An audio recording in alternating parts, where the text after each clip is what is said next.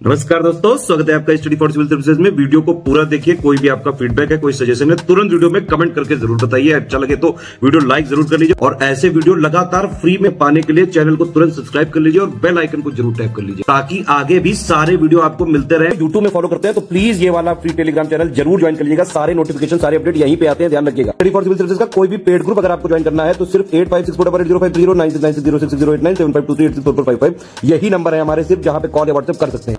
Instagram पे हमारा page जरूर फॉलो कर लीजिएगा, स्टडी फॉर सिविल .सर्विसेज है। ट्विटर पे हमको जरूर फॉलो कर लीजिएगा, @study for civils है। सारे क्वेश्चन अटेम्प्ट करिए और स्कोर अपना तुरंत कमेंट करके बताइए। नमस्कार दोस्तों, जय हिंद। देखिए, जो हमारे यूपीपीएससी का जो पेपर होने वाला है एपीएस का, एडिशनल प्राइवेट सेक्रेटरी का, ठीक है, तो उसका जो आपका टेस्ट सीरीज चलती आ रही है, ये है आपका टेस्ट नंबर 2, ठीक है। तो बिना टाइम वेस्ट करे हम लोग शुरुआत करेंगे अपने टेस्ट की तरफ। देखिए, पहला क्वेश्चन क्या कह रहा है कि निम्न कथनों पर विचार करिए। ये फुल फॉर्म पूछ रहा है कि फुल फॉर्म कौन सी सही है और कौन सी फुल फॉर्म आपकी गलत है। चलिए, तो पहले क्वेश्चन का आंसर बताएं क्या होगा। MOHFW क्या इसकी फुल फॉर्म होती है ministry of health and family welfare. National program control committee NPCC की होती है क्या। और तीसरी क्या है NRHM national rural health mission. बताइए क्वेश्चन नंबर 1 का आंसर क्या हो जाएगा। देखिए, क्वेश्चन नंबर 1 का आंसर क्या हो जाएगा। कॉलेज जो दूसरा वाला है वो गलत है। क्यों? क्योंकि NPCC याद रखिएगा क्या होता है, नेशनल प्रोग्राम होता है। याद, नेशनल प्रोग्राम कोऑर्डिनेट कमेटी होता है, याद रखिए। नेशनल प्रोग्राम बिल्कुल सही है, बस यहां पे लिख लीजिए कोऑर्डिनेट कमेटी, बस इतना लिखना है। तो पहली वाली फुल फॉर्म सही है, तीसरी वाली सही है, दूसरी वाली गलत है।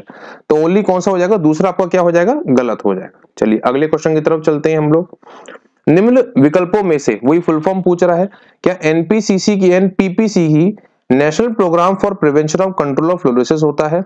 दूसरे का क्या है, revise national tuberculosis control programme का संक्षिप्त RNTCP होता है क्या।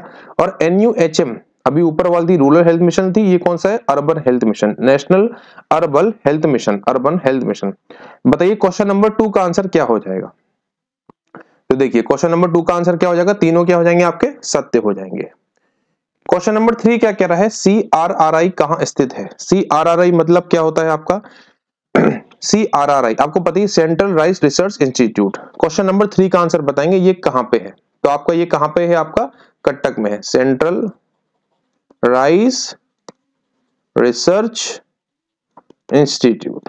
चलिए क्वेश्चन नंबर 4 का बताएंगे क्या होगा आंसर। IIPR मतलब इंडियन इंस्टीट्यूट ऑफ वेजिटेटिव, किसका, पल्सेस वाला, इंडियन इंस्टीट्यूट ऑफ, इसी अगर आपसे फुल फॉर्म पूछी जाती है क्या होगी, Indian institute of pulses, Indian institute of pulses research, pulses research. तो इसका हेडक्वार्टर आपका कहां पे है, याद रखिएगा, इसका जो हेडक्वार्टर है आपका कानपुर में है। तो इसका आंसर क्या हो जाएगा, कानपुर। तो इसका आंसर क्या हो जाएगा, नन ऑफ द अबव, क्योंकि इन चारों में ऑप्शन वो नहीं है। अगला क्या है आपका IVRI, इसकी फुल फॉर्म क्या होती है, याद रखिएगा, इंस्टीट्यूट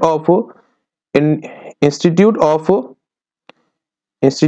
वेजिटेबल रिसर्च, याद रखिएगा, वेजिटेबल रिसर्च, ठीक है। अच्छा IVRA की स्थापना कब हुई थी अगर आपसे पूछा जाता है, बताइए। क्वेश्चन नंबर 5 का आंसर क्या हो जाएगा, Indian institute of vegetable research वाले जो आंसर है उसका क्या हो जाएगा। इसकी जो स्थापना हुई थी आपकी कब हुई थी, 1889 में हुई थी। यहाँ पे आपको सूची दी गई है, यहाँ पे आपको सूची दी गई, तो यहाँ पे आपको क्या करना है कि जो हरिसेन है उनकी किताब कौन सी है, उसके बाद मयूर है, जयसिंह है, कौन सा हमीर हरमर्दन है, बताइए। क्वेश्चन नंबर 6 का आंसर क्या हो जाएगा। देखिए, जो हरिसेन है इनका आपको पता है प्रतिहारी कोश इन्होंने लिखी थी, ठीक। जो मयूर है इनका क्या हो जाएगा, कर शूर शतक हो जाएगा। जयसिंह का क्या हो जाएगा, हमीर मदमर्दन। और मेरुतुंग का क्या हो जाएगा, प्रबंध चिंतामणि। तो क्वेश्चन नंबर 6 का आंसर क्या हो जाएगा आपका, पहला, दूसरा, तीसरा, चौथा, option number A। Question number 7 देखिए क्या कह रहा है, निम्न विकल्पों में से सही विकल्प की पहचान करिए। स्वयंभू को अपभ्रंश का महान कवि कहा जाता है। जयदेव बंगाल के शासक लक्ष्मण सेन के 5 संतों में से एक थे, उनकी उपाधि पीयूवशपी थी। कृष्ण मिश्र चंडिल शासक कीर्तिवर्मन के दरबारी कवि थे। बताइए क्वेश्चन नंबर 7 का आंसर क्या हो जाएगा। क्या कृष्ण मिश्रा दरबारी कवि थे, जयदेव की वाले बात कर रहे हैं और स्वयंभू की बात कर रहे हैं, स्वयंभू। तो बिल्कुल आंसर सही है, या क्या हो जाएगा, इसमें तीनों सत्य हैं। तो क्या हो जाएंगे, तीनों इसमें सही है। देखिए अगला क्वेश्चन क्या कह रहा है आपका कि पृथ्वीराज रासो किस भाषा में लिखी गई थी। देखिए अगर आपको यह पूछा जाता है कि पृथ्वीराज रासो किस भाषा में लिखी गई थी, इसका आंसर क्या हो जाएगा आपका, ब्रज भाषा में। अगर ये पूछता है कि किसने लिखी थी तो क्या आंसर करेंगे आप लोग? चंद बरदाई ने ये लिखी थी, ये बात याद रखिएगा। किसने लिखी थी? आपका चंद बरदाई ने। चलिए क्वेश्चन नंबर 9 की तरफ बढ़ते हैं। संदैव सभ्यता पर लिखी जाने वाली पहली पुस्तक के रचनाकार कौन थे? क्वेश्चन नंबर 9 का आंसर बताएंगे क्या होगा। मतलब कह रहा है कि जो फाउंडर कौन थे, जो पहली बुक लिखी गई थी किस पे? इंडस वैली सिविलाइजेशन पे। तो क्या आंसर हो जाएगा इसका? इसका क्या आंसर हो जाएगा? क्वेश्चन नंबर 9 का आंसर क्या हो जाएगा? John Marshall. चलिए अगले क्वेश्चन देखते हैं हम लोग। देखिए एक तरफ आपको सूची दी गई है, दूसरी तरफ आपको फाउंडर दे गए। देखिए मतलब ये क्या कहना चाह रहा है कि अयोध्या है, अगर ये काकंदी है, ये श्रावस्ती है, इनसे संबंधित कौन से राजा या किस महात्मा का नाम जुड़ा हुआ है। तो क्वेश्चन नंबर 10 का आंसर क्या हो जाएगा? देखिए जो श्रावस्ती है इसको पता ही है, जो शंभुवनाथ है इनसे नाम जुड़ा हुआ है। काकनंदी का जो नाम है आपका किससे? पद्म प्रभु से जुड़ा हुआ है। अयोध्या का जो नाम है आपका किससे? सुविधनाथ से जुड़ा हुआ है। और पबोसा का जो है आपका, पबोसा का अगर मैं बात करूं तो किससे? आपका बद्रीनाथ से, है ना। तो इसका कौन सा हो जाएगा? बी आंसर हो जाएगा। देखिए देखिए हाँ, एक मिनट इसको हटाइएगा। यहाँ पे देखिए श्रावस्ती कौन सा हो जाएगा? आपका संभवनाथ हो जाएगा। अगर काका नंदी का पूछेगा तो क्या? सुविधिनाथ हो जाएगा। अयोध्या का पूछेगा तो कौन सा हो जाएगा? ऋषभनाथ हो जाएगा। और पबोसा का पूछेगा तो क्या हो जाएगा? पद्म प्रभु, याद रखिएगा। चलिए अगले क्वेश्चन नंबर 11 पे चलते हैं। क्या कह रहा है? देखिए एक तरफ आपको दे रखे हैं कि कौन कौन बादशाह है, एक तरफ क्या दे रहे? दीवान कौन थे, बताइए। तो क्वेश्चन नंबर 11 का आंसर क्या हो जाएगा? देखिए क्वेश्चन नंबर 11 का आंसर क्या हो जाएगा? आपका सी हो जाएगा। कैसे? देखो अकबर जो थे इनके दीवान कौन थे? आपके मुजफ्फर खान साहब, ठीक। जहांगीर जो थे आपको पता ही, गियास बेग, बहुत बार पूछा हुआ है ये क्वेश्चन। तो वैसे भी पूछा है कि जो गियास बेग हैं इनमें से किस बादशाह के दीवान थे। शाहजहां के अगर पूछा जाता है, शाहजहां के कौन थे आपके? शाहजहां के कौन से? सदुल्ला खान साहब थे। और औरंगजेब के आपके कौन थे? आपके असद खान साहब। तो याद रखिएगा। तो क्वेश्चन नंबर 11 का आंसर क्या हो जाएगा? Option number C. अगले क्वेश्चन पे चलते हैं। भगवान शिव की नटराज मूर्ति के संदर्भ में कौन सा कथन सत्य है? देखिए पहला पॉइंट क्या लिखा है? यह मूर्ति नृत्य करते हुए चारों हाथ वाले शिव का प्रतिनिधित्व करती है, पहला पॉइंट। दूसरा पॉइंट क्या कर रहा है? अपने दाएं कान में वह एक पुरुष का कुंडल और बाएं में एक महिला का कुंडल धारण किए हुए है। बताइए क्या आंसर हो जाएगा इसका? तो इसका आंसर क्या हो जाएगा? Option number A. दोनों पॉइंट आपके बिल्कुल क्या है? सही है। क्वेश्चन नंबर 13 देखते हैं। निम्नलिखित घटनाओं का काल क्रमानुसार व्यवस्थित कीजिए और सही कूट का चुनाव कीजिए। करजन विली की हत्या कब हुई थी? खुदीराम बोस को आपका मृत्युदंड कब मिला था? बाल गंगाधर तिलक द्वारा केसरी समाचार पत्र प्रारंभ कब हुआ था? या अबुल फैजल द्वारा अल हिलाल? तो ये भी याद रखिएगा कि जो अल हिलाल न्यूज़पेपर था, समाचार पत्र था, वो किसके द्वारा लॉन्च किया गया था? आपका अबुल फैजल द्वारा। चलिए देखिए अगर हम बात करें कि करजन विली की हत्या कब हुई थी, ये साल था आपका 1909 का, ठीक है। खुदीराम बोस का जो मृत्यु दंड था आपका कब हुआ था? आपका ये आपका 1908 की बात है, ठीक। उसके बाद देखिए अगर ये भी याद रखिएगा, जो बाल गंगाधर तिलक है उन्होंने केसरी समाचार पत्र का प्रारंभ तो किया ही था। एक और समाचार पत्र था जिसका नाम क्या था? मराठा, याद रखिएगा, मराठा, ठीक। मराठा को कब किया था? आपको 2 जनवरी 1881 में किया था। और अगर इसका केसरी का पूछेगा तो कब आएगा? आपका 4 जनवरी 1881। और अबुल फैजल ने जो आपका ये अल हिलाल समाचार पत्र था, ये 1900 क्या किया था? 12। तो सबसे पहले क्या आ जाएगा? आपका सी वाला आ जाएगा, है ना। सबसे पहले सी, तो सी थर्ड वाला, सेकंड, फर्स्ट, फिर फोर्थ। तो ऑप्शन नंबर कौन सा हो जाएगा? सी। क्वेश्चन नंबर 14 क्या कह रहा है? देखिए क्वेश्चन पूछ रहा है कि जो वही काल क्रमानुसार लगाइए, व्यवस्थित कीजिए। लाला हरदयाल द्वारा गदर पार्टी की स्थापना कब करी गई थी? गोपाल कृष्ण गोखले द्वारा सर्वेंट ऑफ इंडिया सोसाइटी की स्थापना, हिकी द्वारा बाल गजेट का प्रकाशन, और सर विलियम जोन्स द्वारा बंगाल एशियाटिक सोसाइटी की स्थापना। बताइए क्वेश्चन नंबर 14 का आंसर क्या हो जाएगा? देखिए क्वेश्चन नंबर 14 देखिए सीधी बात है, लाला हरदयाल साहब थे, इन्होंने स्थापना कब की थी? आपको ये 1913 की बात है, ठीक है। उसके बाद जो सर्वेंट्स ऑफ इंडिया सोसाइटी, ये 1905 की बात है। और जेम्स हिकी ने कब किया था बंगाल गजेट वाला? 1700। हिकी द्वारा बंगाल गजेट जो था आपका, ये कब था? आपका 1780 की बात है ये। और बंगाल एशियाटिक सोसाइटी ये आपकी 1784 की बात है। तो बस वैसे लगा दीजिए।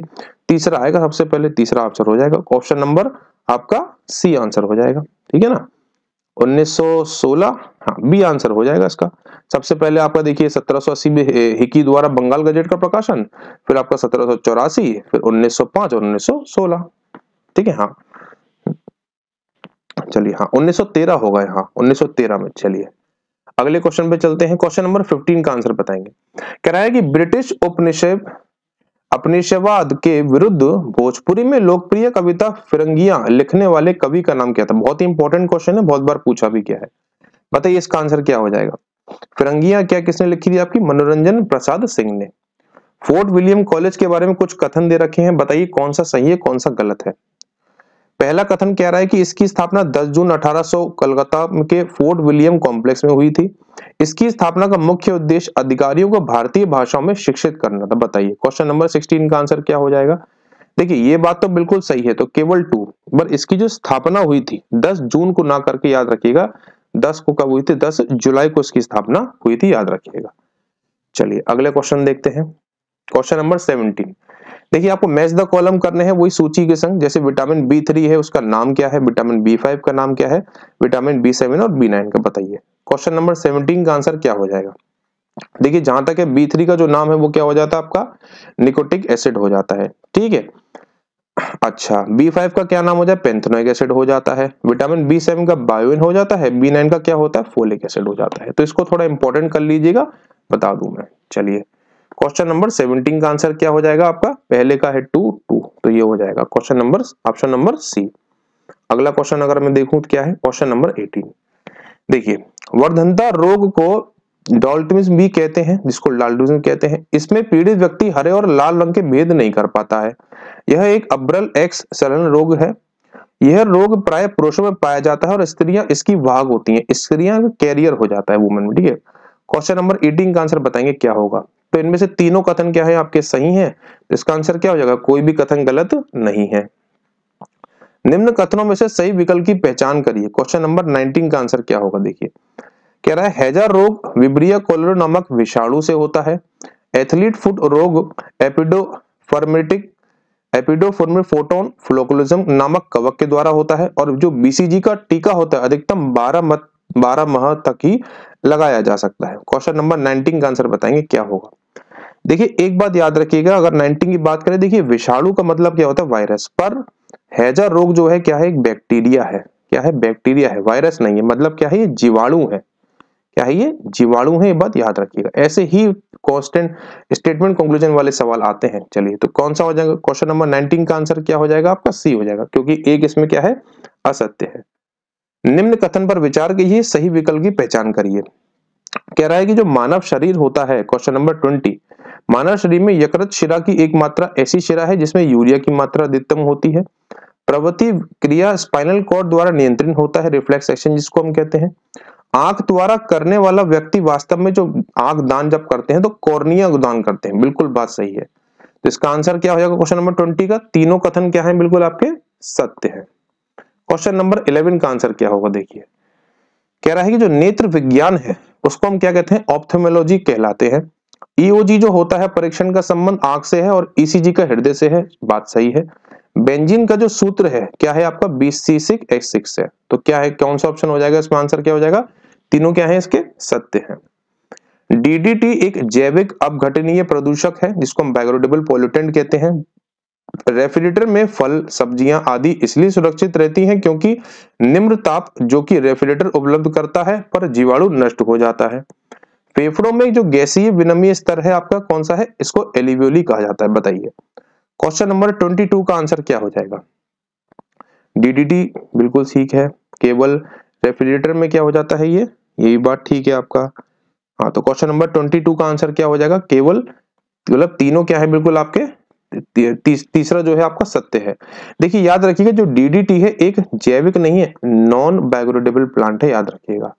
और जो फ्रूट्स वेजिटेबल हम लोग रेफ्रिजरेटर में रखते हैं उसका कारण ये नहीं होता कि बैक्टीरिया डिस्ट्रॉय नहीं होता, इनएक्टिव हो जाता है। इनएक्टिव मतलब उस समय वो एक्टिव नहीं रहता है, ठीक है। चलिए क्वेश्चन नंबर 23 की तरफ बढ़ते हैं। ये एक तरफ लिखे हुए हैं आपके द्वीप और एक तरफ लिखी हुई लोकेशन बताइए। तो क्वेश्चन नंबर 23 का आंसर क्या हो जाएगा। देखिए सीधी बात है, जो वेंद शिवधर है ये कहाँ पे है? कच्छ की खाड़ी में है आपका, ठीक है। उसके बाद पिरम कहाँ पे है आपका? खंबात की खाड़ी में है। अट्टू एटोल कहाँ पे आपका? मालदीव के पास है। द्वीप कहाँ पे आपका? काठियावाड़ी तट पर है। तो इंपॉर्टेंट क्वेश्चन है, याद रखिएगा। क्वेश्चन नंबर 23 का आंसर क्या हो जाएगा? Option number A. Question number 24 की तरफ चलते हैं। कह रहा है कि जो सरहुल त्योहार होता है झारखंड में उरांव, मुंडा और हो जनजातियों द्वारा प्रत्येक वर्ष हिंदू कैलेंडर के द्वितीय माह में मनाया जाता है। सरहुल का तात्पर्य जल स्थानों में पूजा से है। यह जनजातियों की प्रकृति से सीमापता को प्रकट करता है। संथलों में विवाह को बपला कहा जाता है। क्वेश्चन नंबर 24 का आंसर क्या होगा बताइए। क्वेश्चन नंबर 24, तो इसमें क्या होगा इसका आंसर, बिल्कुल केवल खाली थर्ड वाला ही पॉइंट इसका सही है, याद रखिएगा। क्वेश्चन नंबर 25 की तरफ चलते हैं। अफवाह प्रतिरूप से संबंधित कथनों पर विचार करिए और सही विकल्प की पहचान करिए। कह रहा है कि जो अफवाह प्रतिरूप वृक्ष की शाखाओं से अनुरूप होते हैं उसे वृक्षाकार प्रतिरूप कहते हैं। जब नदियां किसी पर्वत से निकलकर सभी दिशाओं में बहती हैं तो उसे रेडियल पैटर्न कहा जाता है।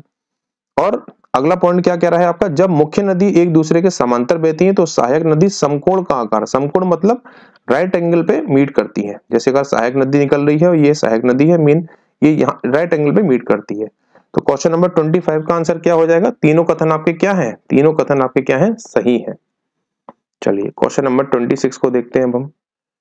कह रहा है कि फॉलोइंग स्टेटमेंट को देखिए कौन सा सही है कौन सा गलत है। देखिए, ग्रहों में जो सर्वाधिक गुरुत्वाकर्षण बल होता है ये बृहस्पति का होता है। इस बल का जो मान होता है 25.2 मीटर पर सेकंड स्क्वायर होता है, पहला पॉइंट। ठीक, H2HCH4 गैसें बृहस्पति, शनि, मंगल ग्रह पर बड़ी मात्रा में विद्यमान है। ठीक, तारों के निर्माण के दौरान प्रारंभिक ब्रह्मांड में ऊर्जा व पदार्थ वितरण समान था। क्वेश्चन नंबर 26 का आंसर बताएंगे क्या होगा। देखिए याद रखिएगा, अगर आपको कभी पूछा जाता है कि जो इसका गुरुत्वाकर्षण जो बल होता है कितना होता है आपका, 23.1 होता है, याद रखिएगा कितना होता है, 23.1 होता है। तो इसका आंसर क्या हो जाएगा इस क्वेश्चन का, खाली सेकंड वाला क्या है, बिल्कुल आपका सही है, याद रखिएगा। क्वेश्चन नंबर 27 क्या कह रहा है, 21 जून को उत्तरी गोलार्ध का सबसे बड़ा दिन होता है। इसे कर्क संक्रमित या ग्रीष्म अयंत कहते हैं, समर सोलिस्टिक जिसको बोलते हैं। क्या कर्क रेखा आपका बहामास, मॉरिशनिया, टोंगा, नाम्बिया से होकर गुजरती है। पृथ्वी के भूभावर्ग इतिहास के विषय में सर्वप्रथम प्रयास फ्रांसीसी वैज्ञानिक किसके, बफन द्वारा किया गया था। क्वेश्चन नंबर 27 का आंसर बताएंगे क्या होगा। देखिए सीधी बात है, देखिए अगर मैं बात करूं आपकी उत्तरी गोलार्ध वाले की, 27 का आंसर क्या हो जाएगा इसमें आपका, खाली जो दूसरा है वो गलत है। 21 जून को बिल्कुल सही बात है, इसमें ग्रीन शाइन कहते हैं। लेकिन जो कर्क रेखा है ना, वो ये मॉरिशिया नाम्बिया से होकर नहीं गुजरती है, याद रखिएगा। ये सेंटेंस गलत हो जाएगा, ये भी सेंटेंस सही है, ये भी सही है। तो केवल दूसरा वाला क्या हो जाएगा इसमें, रॉन्ग। अवसादी शैलो जिसको हम सेडिमेंट्री रॉक कहते हैं, उसके तात्पर्य में कुछ संबंधित कथन देखिए। कह रहा है कि जो अवसादी शब्द का व्युत्पत्ति तो लैटिन शब्द के भाषा सेडिमेंट से हुआ है, जिसका अर्थ क्या होता है, व्यवस्थित। ठीक है, क्या होता है, व्यवस्थित होना, मतलब ऑर्गेनाइज्ड होना। निर्माण पद्धति के आधार पर अवसादी शैलें 4 प्रकार की होती हैं, बताइए। क्वेश्चन नंबर 28 का आंसर क्या हो जाएगा। देखिए क्वेश्चन नंबर 28 का आंसर क्या हो जाएगा आपका, 28 का, देखिए सीधी बात है, अगर हम बात करूं अवसादी शैलें, बिल्कुल बात सही है। लेकिन अगर हम बात करेंगे जो ये कितनी प्रकार की होती हैं, याद रखिएगा, तो ये कितनी होती हैं, 4 टाइप्स ऑफ सेडिमेंट्री रॉक इसमें बोला गया है। चलिए इसमें ये गलत हो जाएगा, ठीक है ना, जो 4 टाइप की सेडिमेंट्री रॉक आपकी नहीं होती है। अगला देखते हैं क्वेश्चन नंबर 29। जब लावा का प्रवाह दर्रों पे धरातल से लगभग समकोण होता है तो अगर इसी अवस्था में ठंड हो जाए तो एक दीवार की भांति संरचना बनता है। इस संरचना को क्या कहते हैं, तो इस संरचना को क्या कहा जाता है, याद रखिएगा, डाइक कहा जाता है। क्या कहा जाता है आपका, डाइक कहा जाता है। चलिए अगला ऑप्शन देखते हैं, अगला क्वेश्चन देखते हैं, क्वेश्चन नंबर 30 क्या कह रहा है ये।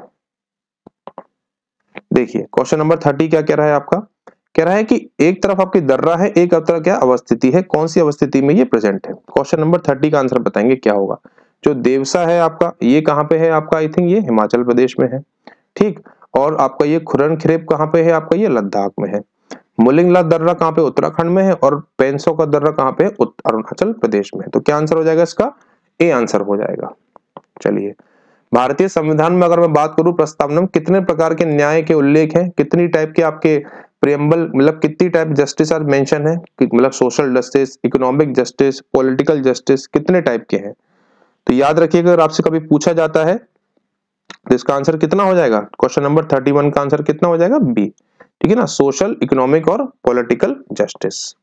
क्वेश्चन नंबर 32 का आंसर देंगे, किस अधिनियम के द्वारा बंगाल के गवर्नर को बंगाल का गवर्नर जनरल कहा गया था। याद रखिएगा, मोस्ट इंपॉर्टेंट क्वेश्चन है, बहुत ही बढ़िया, हमेशा याद रखना। रेगुलेटिंग एक्ट जो आया था, कौन सा, रेगुलेटिंग एक्ट 1773 के तहत जो गवर्नर थे बंगाल के उसको क्या कहा गया था? Governor general. निम्न में से किस अधिनियम में गवर्नर जनरल और कमांडर इन चीफ के कार्यालयों के एकीकरण की अनुमति दी गई थी? देखिए रेगुलेटिंग एक्ट 1773 में तो वही हो गया गवर्नर जनरल वाला। अब क्वेश्चन नंबर 33 का आंसर क्या हो जाएगा? क्वेश्चन नंबर 33 देखिए जो एक्ट था आपका 1786 वाला उसके तहत क्या था? गवर्नर की कार्यपालिका के एकीकरण की अनुमति दी गई थी, याद रखिएगा। क्वेश्चन नंबर 34 का आंसर बताएंगे क्या होगा। कह रहा है संविधान सभा के लिए जो चुनाव हुआ था 296 सीटों पर। पहली बात तो ये इंपॉर्टेंट है, याद रखनी है कि जो संविधान सभा में चुनाव हुआ था कितना हुआ था? 296 सीटों पर हुआ था। वो कब संपन्न हुआ था बताएंगे। तो इसका आंसर क्या हो जाएगा? क्वेश्चन नंबर 34 का आंसर क्या हो जाएगा आपका? जुलाई अगस्त 1946।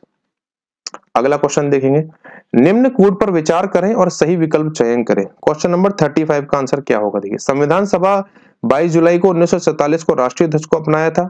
24 जनवरी को 1950 को राजेंद्र प्रसाद जी को पहले राष्ट्रपति के रूप में नियुक्ति की गई थी। मसौदा समिति का जो गठन जिसको हम ड्राफ्टिंग कमेटी कहते हैं, इसी के चेयरमैन कौन थे? आपके BR अम्बेडकर साहब थे, याद रखिएगा। बताइए कौन सा कथन इसमें गलत है सही है? तो क्वेश्चन नंबर 35 का आंसर क्या हो जाएगा आपका? दूसरा सत्य है, क्योंकि 24 जनवरी नहीं आएगा, 26 जनवरी को क्या किया गया था? उन्हें अपॉइंट किया गया था एज अ प्रेसिडेंट। बताइए क्वेश्चन नंबर 36 का आंसर देखेंगे, कांग्रेस के प्रसिद्ध लाहौर जो अधिवेशन था इसकी अध्यक्षता किसने की थी? बताइए इसका आंसर क्या हो जाएगा आपका?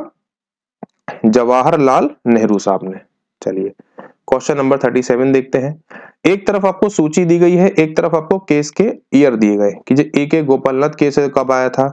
बताइए क्वेश्चन नंबर 37 का आंसर क्या होगा? देखिए AK गोपालनिज्म केस 1950 में आया था, याद रखिएगा। शंकर प्रसाद केस 51 में आया था। सज्जन सिंह केस 1967 में आया था। और ISR मुंबई केस कब आया था? 1994 में आया था। इंपॉर्टेंट क्वेश्चन है, याद रखिएगा। क्वेश्चन नंबर 38 की तरफ बढ़ते हैं। कह रहा है कि प्रस्तावना को संविधान का परिचय पत्र कहकर किस प्रख्यात न्यायवाद और संवैधानिक विशेषज्ञ ने संबोधित किया था? बताइए किसने? Eminent jurist constitutional expert has addressed the preamble as introduction letter. Introduction letter किसने कहा था? क्वेश्चन नंबर 38 का आंसर बताएंगे क्या होगा। तो याद रखिएगा किन्होंने कहा था? NA बलिकवाला ने कहा था। क्वेश्चन नंबर 39 क्या कह रहा है? वर्ष 2022 में जो राष्ट्रीय फ्लोरेंसिंग नाइटिंगेल पुरस्कार था उत्तर प्रदेश की मंजू कायरा को दिया गया था। और वर्ष 2023 में राष्ट्रीय फ्लोरेंसिंग नाइटिंगेल पुरस्कार बिहार की गायत्री कुमारी को दिया गया। बताइए कौन सा कथन सही है और कौन सा कथन आपका गलत है? Question number 39। तो याद रखिएगा इसमें क्या हो जाएगा? केवल आपका दूसरा सत्य है, क्योंकि ये उत्तर प्रदेश की नहीं थी, ये कहां की थी? उत्तराखंड की थी, याद रखिएगा। क्वेश्चन नंबर 40 की तरफ बढ़ते हैं। क्या कह रहा है? पहला विश्व जो पर्यावरण दिवस है आपका 5 जून 1973 को बनाया गया था। तो यहाँ पे एक और क्वेश्चन आ जाएगा, विश्व पर्यावरण दिवस कब बनाते हैं हम लोग? 5 जून को। और 2023 की जो थीम क्या थी? Solution to plastic solution. तो दोनों कथन इसमें क्या हो जाएंगे? बिल्कुल सत्य हो जाएंगे। फ्रांस, भारत और UAE के मध्य पहली समुद्री साझेदारी अभ्यास वर्षा है, जो अभ्यास वर्ष है 2023 में कहां पे संपन्न हुआ था? क्वेश्चन नंबर 41 का आंसर क्या हो जाएगा आपका? ओमान की खाड़ी में। NTPC ने 14 जून 2023 को कहां पर अपनी पहली रूफ टॉप और विद्युत परियोजना की शुरुआत की थी? बताइए क्वेश्चन नंबर 42 का आंसर क्या हो जाएगा आपका? IIT जोधपुर में। निम्न विकल्पों पर सही विकल्प की पहचान करें। 37वें में जो राष्ट्रीय खेल का शुभांकर था वो मोगा है, जो गोवा का एक स्थानीय हिरण की प्रजाति का प्रतिनिधित्व करता है। दूसरा स्टेटमेंट क्या कह रहा है? पहली कबड्डी महिला लीग का आयोजन आबू धाबी में हुआ था। बताइए क्वेश्चन नंबर 43 का आंसर क्या हो जाएगा? बताइए। तो याद रखिएगा जो स्थानीय हिरण है ये प्रजाति हिरण की प्रजाति नहीं है, किसकी है? याद रखिएगा बिसन की है। एक आपका जानवर है कौन सा? बिसन। और कबड्डी लीग का आयोजन कहां पे हुआ था आपका? दुबई में हुआ था, याद रखिएगा। तो दोनों इसमें क्या हो जाएंगे आपके? दोनों असत्य है। क्वेश्चन नंबर 44 पहला जनजातीय खेल महोत्सव का आयोजन कहां पर हुआ है? क्वेश्चन नंबर 44 का आंसर बताएंगे क्या होगा। तो पहला जनजातीय खेल महोत्सव का आयोजन कहां पे हुआ है? झारखंड में हुआ है, याद रखिएगा। केंद्रीय कोयला व खनन मंत्री प्रहलाद जोशी। देखिए यहाँ पे एक क्वेश्चन बन जाता है, केंद्रीय कोयला व खनन मंत्री कौन है आपके? प्रहलाद जोशी जी हैं। पहला खनन स्मार्ट ऐप शिखर सम्मेलन की शुरुआत कहां पे की थी? बताइए क्वेश्चन नंबर 45 का आंसर क्या हो जाएगा? IIT मुंबई में की थी। अब कुछ मैथ के सवाल देख लेते हैं। क्वेश्चन नंबर 46 कह रहा है कि एक किसी कार्य को करने में 40 दिन का समय लेता है, ठीक? अच्छा, और उसके बाद B उसी काम को करने में कितना? 7 दिन का समय। तो दोनों कितने दिन में करेंगे? तो 40 अब 60 का एलसीएम ले लेंगे आप सीधे, तो यहाँ पे 3, यहाँ पे 2, तो 120 अपॉन कितना आएगा 5, आंसर कितना आ गया 24 दिन आ गया। सिंपल आंसर है। अगला क्वेश्चन देखेंगे, गीता की राय से उसका वजन 55 किलोग्राम से अधिक है लेकिन 62 से कम है। तो 55 और 62 दो संख्या मिल गई। गीता की मां के अनुमान के हिसाब से 50 किलोग्राम और 60 से कम है, 50 और 60 मिल गए। गीता के भाई सब लोग देखिए टिप्पणी दे रहे हैं वजन पे, उसका वजन कितना है 58 से ज्यादा नहीं है, तो 58 से ज्यादा नहीं है, तो ये दोनों कट गए आपके 55 और 50। अब देखिए 55 किलोग्राम से 62 किलोग्राम से कम है, तो 55 तो कितना कौन कौन सी संख्या रह गई? देखिए 58 हो गया, 58 से वो कह रहा है ज्यादा नहीं है, 55 से तो कौन सी रह गई 56 और 57 रह गई। इन दोनों का आप क्या ले सकते हैं? आपका एवरेज क्या ले सकते हैं? औसत। अगर आप 56 और 57 का लेंगे तो कितना बचेगा 13, 10 और 11, 113.2 कितना 25 जा 10, एक हासिल लगी, तो 56 पॉइंट कितना आ गया आंसर 5 आ गया। तो 47 का आंसर क्या आ जाएगा? सी आ जाएगा। क्वेश्चन नंबर 48, इसमें कौन सा रूल लगाना है हम लोगों को? BODMAS rule. BODMAS मतलब bracket of divide multiply addition subtraction, याद रखिएगा। तो 45 को डिवाइड करेंगे 9 5 जा 45 इंटू 3 प्लस 15 माइनस 6, तो 15 प्लस 15 माइनस 6 कितना आ जाएगा आपको? 15 15 कितने हो गए आपके 30, माइनस 6 कितना आ गया आपका 24। वाह भाई वाह, चलिए बहुत बढ़िया, 48 का आंसर बी हो जाएगा। क्वेश्चन नंबर 49 देखिए, अब यहाँ पे देखिए क्या है, डिवाइड दे रखा है, पूरा ब्रैकेट आपको सॉल्व करना पड़ेगा, ठीक है। तो 36 को अगर आप डिवाइड करेंगे तो कितना आएगा 4, माइनस वाली वैल्यू आ जाएगी, डिवाइड करेंगे नीचे आ जाएगा। 24 को अगर आप 6 से डिवाइड करेंगे 6 कितना आ जाएगा आपका 4, ठीक है। अगर आप माइनस को माइनस से काट देंगे 4 को 4 क्या आ जाएगा 1। वैसे भी अगर माइनस का ऑप्शन दे नहीं रखा है तो आंसर क्या हो जाएगा इसका 49 का? बी आंसर हो जाएगा। अगला क्वेश्चन क्या दे रखा है? क्वेश्चन नंबर 50 क्या बोल रहा है ये, एक गोले की त्रिज्या 21 सेंटीमीटर है, त्रिज्या मतलब क्या होगा रेडियस, तो उसका आयतन कितना होगा? आयतन मतलब कितना होता है? देखिए अगर आपको पूछी जाती है कि स्फीयर का, अगर आपको वो निकालिए क्या नाम है आपका वॉल्यूम निकालिए, स्फीयर का अगर आपको वॉल्यूम पूछा जाता है तो एक, हाँ चलिए, तो देखिए देखो अगर आपको हेमिस्फीयर पूछता है तो आपका क्या हो जाएगा आपका 4.3 पाई आर क्यूब। अगर आपको स्फीयर पूछता है तो कितना हो जाएगा आपका 2 पाई आर क्यूब। तो अगर आप निकालोगे 2 इंटू 22/7 इंटू 21 इंटू 21 इंटू 21, 21 को आप अगर आप 7 दिए 3 21, अगर आप इसका क्या ले लोगे इसका आयतन मतलब वॉल्यूम ले लोगे। अब वॉल्यूम ऑफ स्फीयर आपने निकाल लिया, अगर आप इसको कैलकुलेट करके देखोगे तो कितना आएगा, देखिए 21 बने 44, 44 इंटू 3 तो 4/3 पाई आर क्यूब है ना, 4/3 पाई आर क्यूब। तो आपका 3 से कट जाएगा 3 बार, ठीक है, आपका 44 आ जाएगा। ये देखो यहाँ पे करो 4/3 इंटू 22/7 इंटू 21 इंटू 21 इंटू 21, 7 या 21, 3 से 3 कट गया तो 88 इंटू 21 इंटू 21। देखिए तो सीधी बात है इसका आंसर कितना आ जाएगा आपका, 21 21 का करेंगे तो 441, 88 को हम मल्टीप्लाई करेंगे 21 से इंटू 21 तो 38, अगर आप 88 को मल्टीप्लाई करो 4 4 इंटू 88, ठीक है, 8 1 8 8 4 32 और 8 0 8, तो ये आ जाएगा 388 याद रखिएगा, ठीक है ना। और वॉल्यूम क्या होता है, वॉल्यूम क्या होता है स्फीयर का 4/3 पाई आर क्यूब, और अगर हेमिस्फीयर पूछेगा तो क्या आएगा 2/3 पाई आर क्यूब। चलिए क्यूब, चलिए ठीक है। तो ये थे हमारे टेस्ट नंबर 2 के कुछ सवाल। थैंक यू, धन्यवाद बहुत बहुत।